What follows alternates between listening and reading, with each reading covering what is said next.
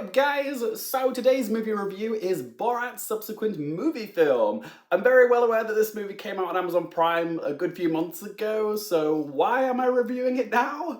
Two words: Maria Bakalova. The Bulgarian actress who plays Borat's daughter Tutar in this film has become the surprise breakout star of this film. She's won a ton of awards in the critics groups, and she does have a credible chance of being nominated for an Oscar in the Best Supporting Actress category. So I wanted to give my 2 cents on the movie and Maria Bakalova's Oscars chances before they announced the nominations on March 15th. Just a reminder, guys, I do make lots of Oscars content, nominations, reactions, discussions, and predictions. If you guys are into that, be sure to click subscribe. Do help my channel out now by hitting that thumbs up button, and be sure to let me know what you thought of Borat's subsequent movie film and Maria Bakalova's Oscars chances in the comment section down below. When I heard there was a new Borat movie coming out, I didn't get particularly excited. I never got on board the Borat hype train back in 2006, even though it certainly left its mark on the zeitgeist at the time, with everyone going around, "My name is Borat, I like sex, it's nice."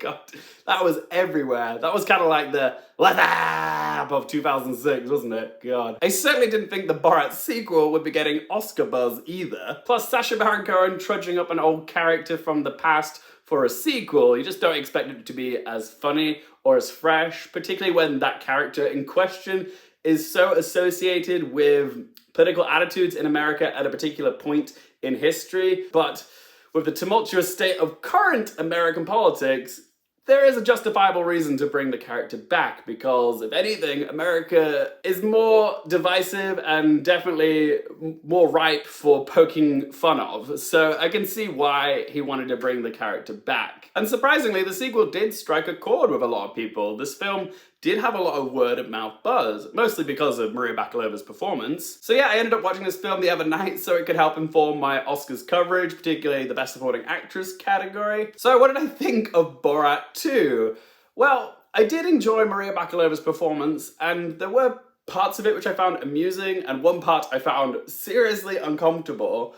But I just don't think the film has the same impact as the first. It's just not as shocking or as revelatory as the first movie. I thought it was okay. Sorry if that's not what you wanted to hear, but personally I just don't get the Borat obsession. It's never really been my type of humor. I wasn't even that crazy about the first one. The plot of Borat 2 takes place 14 years after the events of the first film, and because Borat had such great success with his movie, he has brought shame and disgrace upon Kazakstan. So in order to redeem himself, he is tasked with delivering a gift to Vice President Mike Pence. Yep, this is the actual plot. And on his journey to the USA, his 15-year-old daughter Tutar, played by Maria Bakalova, tags along for the ride, and the two of them get up to all sorts of provocative antics on their journey to Mike Pence. These antics are orchestrated in order to satirize and highlight American attitudes, ignorance, and hypocrisy. I do have to give credit to Sacha Baron Cohen and his team of writers for adapting this film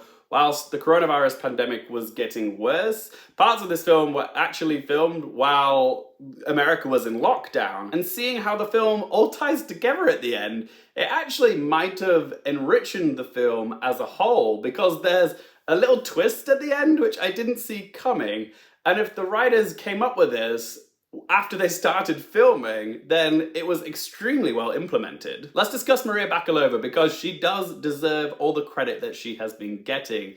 It takes a lot of skill for an actress, particularly an unknown actress, to match Sacha Baron Cohen's energy levels and improv skills, and she completely holds her own in this film. She's funny, but she also nuances some great emotional growth into the role. As Tutar becomes more immersed in American culture, she develops a taste for independence and longs to be more than some prize for some man, which she was raised to believe in Kazakstan. She definitely has the more satisfying arc than Borat. Also, she has the most shocking scene in the entire film, which involves Trump's eccentric lawyer Rudy Giuliani in this hotel suite, and it's just her. She's flying solo without Sacha Baron Cohen in the room, so she doesn't really have much of a safety net in this, but the way that she stays in character, even when Rudy Giuliani is being really inappropriate with her, it's seriously impressive. So what do I think her Oscars chances are?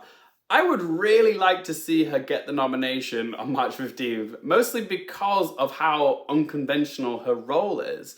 Very rarely do the Academy actually acknowledge comedic performances with Oscar nominations. It would be nice to see a comedic performance honoured in the category because it just makes the race more interesting. I just worry though that this is the type of performance that the Academy might not go for because it's by no means a traditional performance, it's more off the cuff and improvised, but she did just land a SAG nomination for this role, so it does bode well for her. But I am going to be keeping my fingers crossed because if they did snub Maria Bakalova, it wouldn't be all that surprising, really. As for winning the Oscar, if she does get the nomination, I think it's unlikely, but getting the nomination is a victory in itself. So let's ask those 3 questions. Firstly, would I watch this again?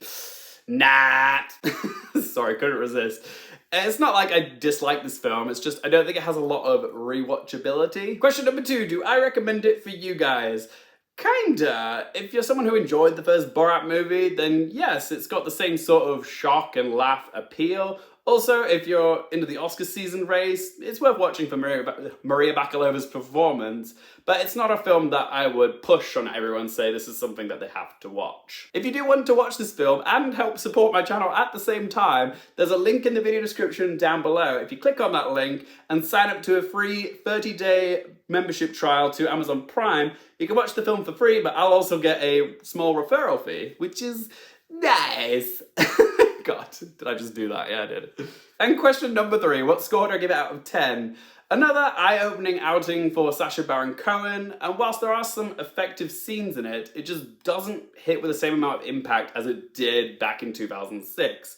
So I'm going to give Borat subsequent movie film a score of 5.5 out of 10, but as always guys, just one bloke's opinion. Love to hear your thoughts on Borat 2. Whatever you have to say about this film, let me know in that comment section down below. If you've enjoyed the vid, do help me out by hitting that thumbs up button. If you want more movie, TV and Oscars related content, don't forget to click subscribe. If you want to follow me on social media, Twitter, Instagram, Letterboxd, all those links in the video description down below. And as always, thank you guys so much for watching. For more things related to movies, TV and popcorn culture, I'm Luke Carefield, and I'll see you next time.